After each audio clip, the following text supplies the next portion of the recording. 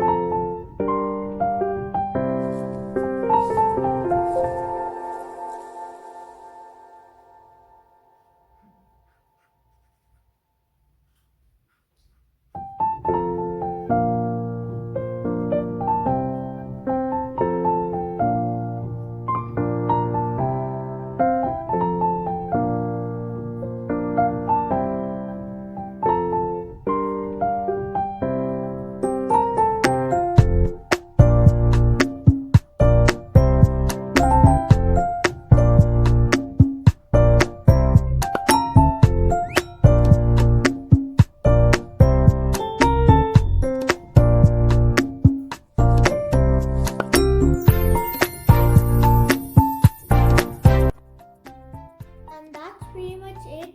And this might look simple, but when you use it on a canvas and with different colors, it will come out really good. As always, hope you guys enjoyed this video. If you did, please like and subscribe. Thank you.